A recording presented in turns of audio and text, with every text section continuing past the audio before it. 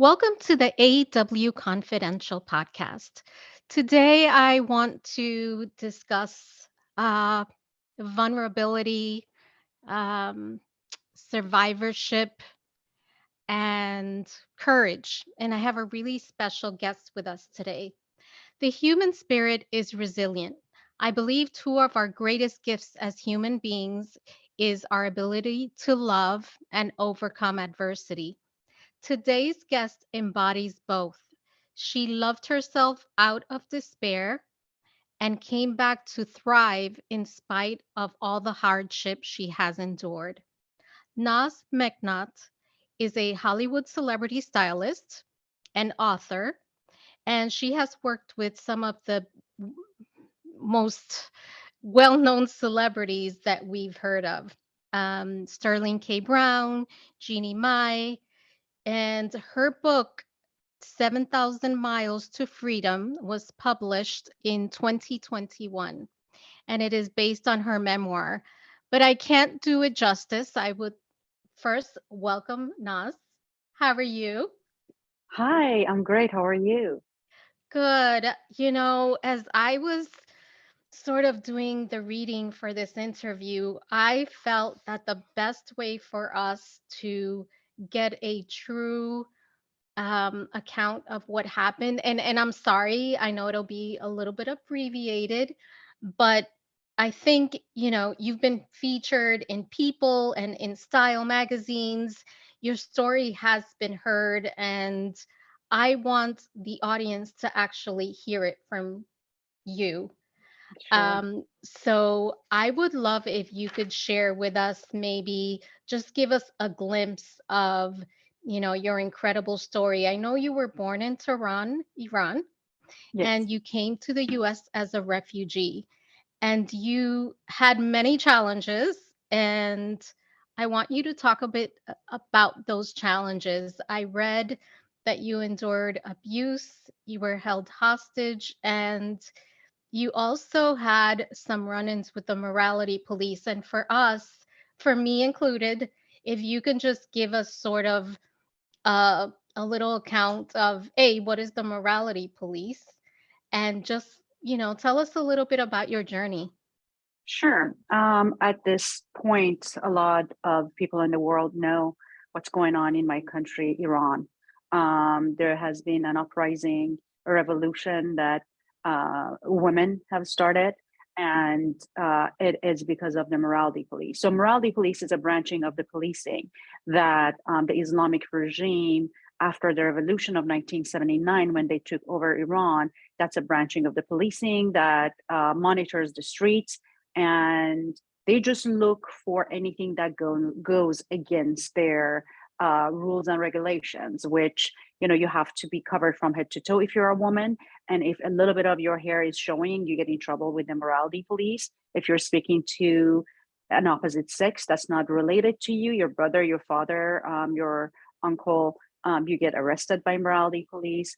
There is so much that you have nail polish, you have more makeup than you should, or any makeup. So there's so much that they have made up in the name of religion, that they just arrest people for whatever that they think is wrong. So that's morality police. And I had an encounter with them when I was 13 years old, when I was in public and just speaking to a boy from my neighborhood. We grew up together, and we were just passing by on the street and we're saying hi. And I felt a barrel of a gun behind my head and thrown in the van and taken to jail. So that's what they do. They look for these things. And yeah, so people of Iran are fed up, and there is a revolution that's going on right now. The reason it started in September, when they arrested a young woman, 22-year-old. Her name is Mahsa Jina Amini, and a few strands of her hair was showing. They beat her so bad that she actually passed in morality police custody. And that's why we see the revolution happening in Iran right now. Wow. That was, it was a wake up call to hear it from a woman that experienced it. Thank you for sharing that with us. Now, Sure. I also read that you held hostage. Can you tell us a little bit about that? So, when I was in still living in Iran, so I lived in Iran till I was 23 years old. I did marry my very first boyfriend just because going back to the morality police, um, you can't really have a boyfriend. It's against, their standards. So unfortunately, not wanting, I was already in trouble with the morality police and the government enough, because I was a rebel and I was fighting against rules that they were forcing on us, especially women who have no rights, zero rights, in Iran. And I was getting in a lot of trouble throughout my life growing up in Iran. And when I started dating my boyfriend, I just didn't want that to be one of the reasons that we get arrested and get in trouble. So, unfortunately, at a very young age, I married my first boyfriend, and it became after marriage, my I stayed behind in Iran, and my whole family actually was living in the United States. My parents were going back and forth, but they came and stayed in the United States. The relationship became extremely abusive. My ex-partner became an alcoholic, and I was held hostage. I could not leave the house. I was locked in, and the reason that I try so hard to fight for women's rights, it's because women have no rights in Iran after the Islamic regime took over, and there is nowhere to go. There is nowhere, no safe haven for women to go if they are experiencing domestic violence. So the police, the government, there's no organization, and if you do go to the police, there's no restraining order. They send you back to your abuser because men basically own women. So before marriage is your father, after marriage is your husband, and he has all the rights. So yeah, I was kind of like held hostage, and I couldn't leave the apartment. I couldn't go anywhere till I escaped. Wow, and I am so glad that you did. Thank you. Now, I think, as an American and, part of the free world, I think it's easy for us to take things for granted. And, especially when we're born into it. And listening to your story is a learning experience. It is, sort of a way for us to connect because things go on all over the world that we don't hear about. Now, one of the things that I think is important to point out is that, you fought for every little bit of freedom that you have today. Yes. And you came here to the US as a refugee. And I'm curious, what was that turning point? Just sort of that shift that happened that you said, I can't do this anymore because you withstood so much already. So what was that, that day, that moment that just said, no more? So this is a very good question because it brings me back to the point that everybody asked me, what's your message? What you're trying to do? Why did you write the book? Um, I was keeping this to myself because my dad really didn't want me to get married, and he used a scare tactic for me to not marry this man. And one of the things he said, it was like the very last minute when I didn't have any wedding or anything. We just went to the courthouse and signed papers. And right before we do that, my dad told me, if you're going to do this, don't ever think of coming back. He was a very strict, old fashioned man. Um, when I was, that young, I took that very seriously. I wasn't thinking a father's love, if you go through a hard time and you're in trouble, is going to overwrite, his distaste for divorce or anything. Um, so I kept that to myself. The abuse went on for a while, and I wasn't telling anyone. However, one day when my sister called me from California to check on me, which she would do once a week, that day, that specific day, I had endured a really bad physical abuse the night before, and I was black and blue. I was bruised. I was cut. And I just burst in tears and I was crying really hard. And I was telling my sister, it's just because I'm missing you guys. And she didn't buy it, knowing me well. So she kind of like took it out of me, and I finally spoke out and I finally said what was happening. And within 30 minutes, my whole life changed when I spoke out. My sister said, stay right there. I'll call you in 10, 15 minutes. She spoke to my dad and my mom, who were, with her in California, and she had a plan in place. Um, and she wanted me to find a way, however I could, to get out of that place and go to my parents' apartments that they still had in the city. Um, so I found a way to convince my sister-in-law, who was home with me, and my ex then, his mother weren't home. We were living with them at that time. And I somehow convinced her to let me go for just a few hours to be with my uncle. Um, and for some reason, she felt bad for me, and she opened the door, unlocked the door, and let me go. And I left and never went back. I went to my parents' apartments. But the point is, the minute you speak, the minute you say to someone what is happening to you, your life can change dramatically without you even knowing. Um, I really just didn't know it's gonna, change so fast. So um, my biggest message, um, the reason I wrote the book is, please talk to someone. You don't need to suffer in silence. What is waiting for you outside of that situation is so much better than what you're going through right now. And I'm actually glad that you mentioned that because having a voice is something that is just, it's critical for us, especially as women. And, in this free society that we live in, we can sometimes feel like we don't have a voice. And that could be out of fear of retaliation. What will people think of us? Or, it could be we just don't feel that maybe we matter. And that is all not true. Now, when did you start feeling like you had a voice, like you had something to say? Because at 13, you were already sort of on that path. Yeah, I was always a fighter against injustice, because I just, from a young age, I didn't understand why things are the way they are, especially where I lived in Iran.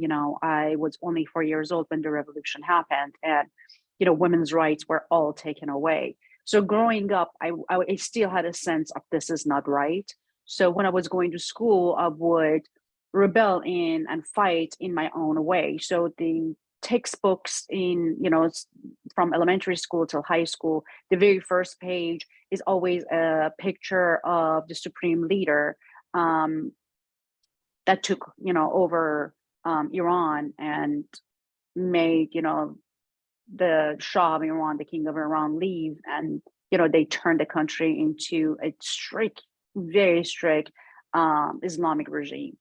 But I still knew things are not. Why am I dictated and am I told to speak a certain way, to dress a certain way, to be a certain way? I couldn't be. Nobody could be themselves. You didn't have the freedom of choose the major you wanted to study, choose the book you wanted to read, choose the music you want to listen to, the way you want to dress. You don't have any of those options. And I always challenged the authorities. And so I was always in trouble with the principals, and I would draw like uh, devil horns on the picture of the supreme leader. That was my way of fighting back and showing my distaste, and you know showing them that I'm fighting back.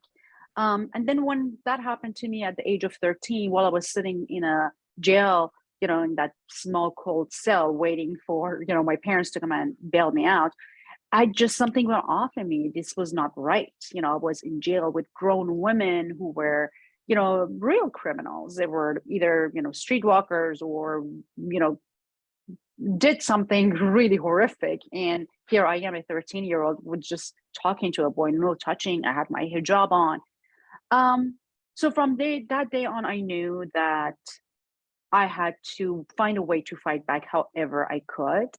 And um, I didn't really, so I did these like little tantrums against the So you government and that was authorities. your way of resisting That was my what was way. happening. Yeah.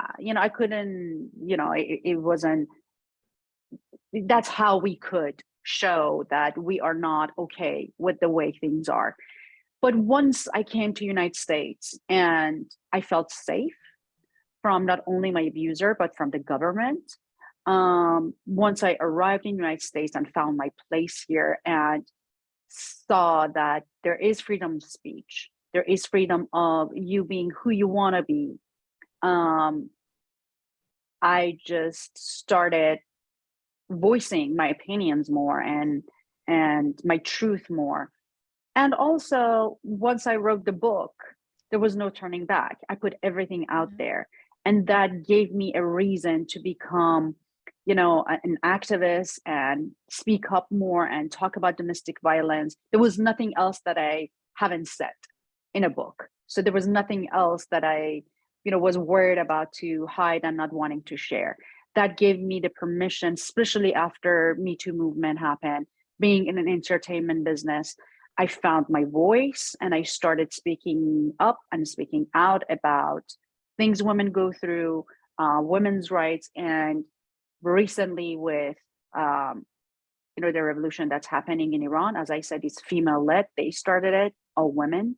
Um, I just owe it to my people to just keep talking about how bad women have it in Iran and what they're doing, what they're going through, what we have been going through for 44 years.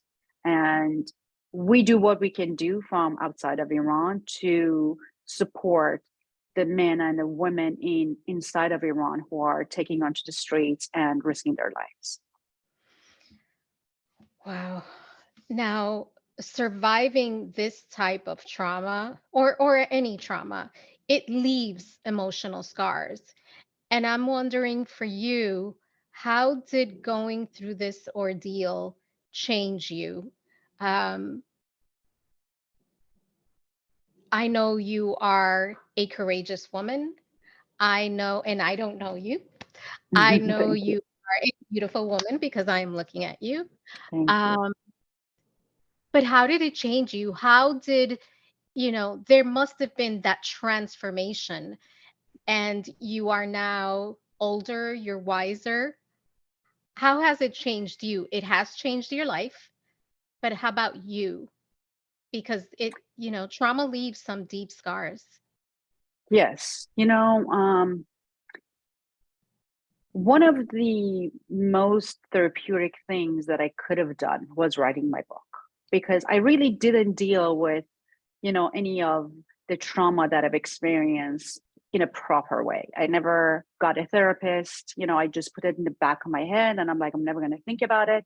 I'm here. I'm safe. I'm thousands of miles away. So I'm just going to forget about it, which is not the right way to deal with, issues and traumas. So once I started writing the book, I first it made my bond with my family a lot stronger because there were a lot that I didn't told I haven't told them till the book came out. So there were a lot of details that they didn't know. So it kind of like made my bond stronger with my own mother, and also it made me deal with all the trauma and all the things that I've dealt with. So I would write a chapter and I would stop and I would cry and I would think, and it brought back memories. It's like Absolutely. you have to face it. Process. You have to process it. So I sat with it. You know, it took 3 years to write this book because I had to submit with my pain and feel it and mourn for that very young girl who had to deal with all this by herself without her family being around. Um, so that was the sort of therapy that I really did for myself, writing. How it changed me, I mean, we change every day. It just made me just become a lot more compassionate And I just have, it kind of started a fire inside of me to continue to fight for women, whatever it means. So again, when Me Too movement happened, I started speaking out about my own experiences in this industry. Um, when the abortion rights were taken away, I was speaking about that all the time. And then when the revolution in my own country in Iran started, my focus changed and it became women of Iran, to let the world know what they're going through and how they're fighting for their rights. So it changed me in a way that I wasn't scared of speaking out anymore. I wasn't afraid of being judged because I put the book out and my whole life is in there. So there's nothing else to really, for me to be like, I can't talk about this, I can't talk about that, I can't say You this or took your that. power So back, right? I took my power back and I feel like I've been freely speaking about the real issues in society and especially what affects women mostly. Absolutely. Now, I do believe this. I believe that good or bad, every experience in life gives us a lesson, something to learn. And I'm curious, what has been your greatest lesson, and how will you use that lesson to help other women? The biggest lesson I learned is there's always someone out there to help. There's always someone who cares. So I know a lot of women don't leave these situations because financial independency, because they think there's no life, if I leave this man or woman, men go through abuse as well. Um, I have kids. I don't want them to grow up without a father. There's so many excuses that women make for themselves. And I learned that, yes, I was lucky to have a sister and a family that supported me. But I've learned in any sort of issue that you have, if you just ask for help, somebody is willing to help. Women here or in Western countries have a lot more resource that we, in Middle East or especially in Iran, that we have. We don't have any of the organizations that we have here to help women, to have to help survivors or victims. We have all these resources, and even if you don't have a family member or a close friend that's willing to help, there is someone out there that's willing to help. You don't want, if you have children and that's your excuse, you don't want your children to grow up and have an abusive man or woman as an example. I know financial independence is a huge one, but again, there's help out there till you get back on your feet. So just remember that the life that's waiting for you outside of that situation would be a lot better than your current situation. That is so true. So you break away from the constraints that are holding you back from your freedom. You come to the US. You got a degree at the Fashion Institute of Design and Merchandising in Los Angeles. Congratulations. I know that was Thank a while you. ago, but Long you've time ago. built this but you've built this new life, this new career, you're thriving, and you wrote your memoir, which was a recount of what happened to you and your story.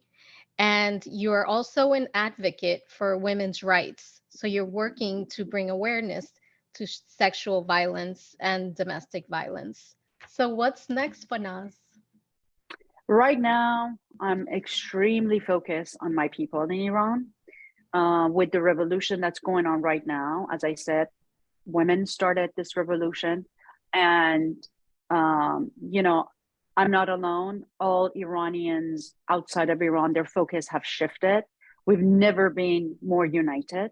Our focus is people in Iran and supporting them however we can to achieve this regime change.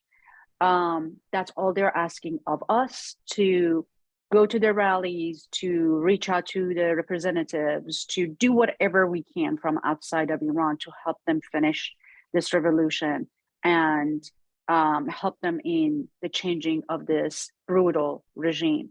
So my focus right now, besides, I mean, I have my clients, I have to work as well.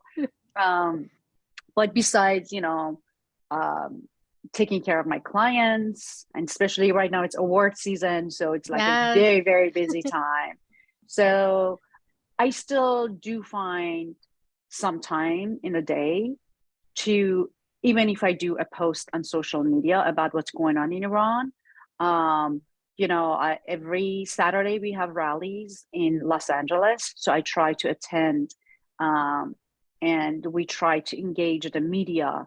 So we're putting a spotlight on what's going on in Iran and get the politicians and the leaders to help us, to help people of Iran, you know, to become independent and get rid of this regime. So that's really my focus right now. I love it. I love it. I can't let you go without asking you two more questions. The first one is, how does a woman that had so many freedoms denied, including expressing herself, come to the US and become a celebrity stylist? Where did that come from? I was always the only creative child in my household. So my sisters, they're very academic, and I was always the one who wanted to write, poems and draw and fashion and music and film and cinema. This was like my love growing up. I was just fascinated by it. We obviously, women don't have a lot of opportunities, and men, but men have a little more freedom than women in Iran. So we don't have as much opportunities back home. So once I got to United States and I found my place here, um, I knew that I had to take advantage of this freedom and all the opportunities that I have here and not waste my life just exist. So I put myself, I actually was 29 years old, 28 or 9 when I went to college. Um, as I said, I was 23 when I came here. So I needed to find who I was here in this new country and what I could do and what I wanted to do. So took a few years and I decided that I wanted to pursue fashion.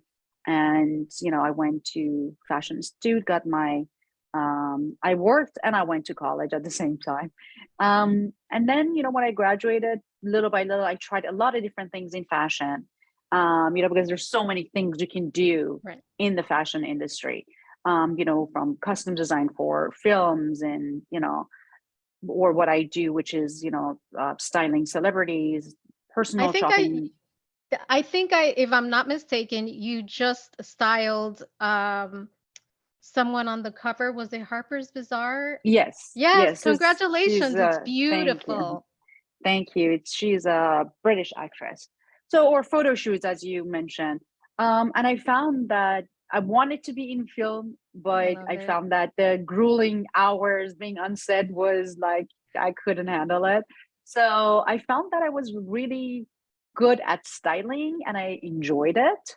So I, stuck to that and, mm, you know, just little by little, you do one photo shoot and then there's a celebrity and they need a stylist and you get one and then another one, another one. So that's how it all started. I love it. Congratulations. You talk about it and you can see the glow. So Thank you. you're an inspiration. Now, I want to one of the things that I like to do at the end of the interview is offer some sort of quote or mantra or advice for listeners. So for anyone listening who may feel that they like you do not have the courage to get out of their current situation, whatever it is, whether it's abuse, whether it's, they feel stuck in a really toxic situation. Um, what can you share as far as an advice, a mantra, or quote that helped give you strength in those moments, in that time of need that you felt you were drowning? Because I think we all have moments like that. to different degrees. So what would you say to those men and women? Again, my situation was different because I was again in a country that women have no rights and I had nowhere to go. Um, Not everybody, I understand that not everybody has a family member to help them or a very close friend to help them. I understand that. But my biggest thing is if you don't say anything, people don't know. How would anybody know what you're going through if you're not saying anything? Ask for help. There is no shame in it. Um, my situation was different because my sister kind of like draw it out of me. She insisted so much because she knew me well and she knew that I wasn't telling the truth. But I learned my lesson. I'm like, oh my God, the minute I said something within 30 minutes, my whole life changed. Look where I am now. If I hadn't said anything to my own sister, and the reason I use my example because I want people to understand, yes, the system is broken, even here. It's not perfect. However, we do have a lot more opportunities here in the United States than I did in Iran. So forget the shame and the embarrassment and the guilt that comes with, being in a situation like that. For me, I had a lot of guilt because my mother, my father, everybody said, don't do it. I was very young. They wanted me to come here to United States to be with my siblings, and I didn't listen. Um, so I had a lot of guilt. That's why I kept it to myself.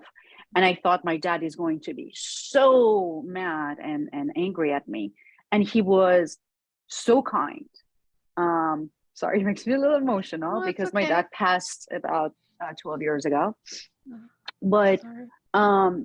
to see that no matter what, there is someone out there, even my dad, who was like, divorce was like a shameful thing, it was a no-no, to see how he softened and changed. And they left and came back home to help me out right away. And he helped me to pack a bag and escape Iran overnight because my ex wasn't giving, signing the divorce papers, and my life was in danger because he could do whatever he wanted to me. Was his property.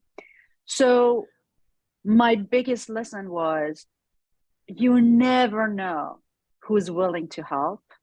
So please don't be embarrassed. Don't be ashamed. There's nothing wrong that you've done. We all make mistakes.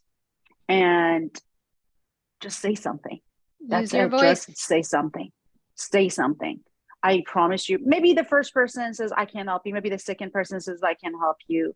But eventually someone will say, you know what, I can help you. That's Absolutely. that's the biggest lesson, and Thank that's what you. I tell people. I keep repeating this: say something. Thank you so much. Thank you for your vulnerability, for sharing your story. And can you share with our audience how can we learn more about you? Sure. Well, I'm most active on Instagram, so they can find me on Naz_Meknat, Meknat. I update on what's going on in Iran a lot. I update, people who like fashion on my work. Um, and anybody who wants to read the book, it's available on Amazon. It's called 7,000 Miles to Freedom. Yeah, Awesome. Thank you so, yeah, so much for being here of today. course. Thank you for having Best me. of luck. Thank And you so thank much. you. And thank you for listening to another episode of the AW Confidential Podcast. Talk to you soon.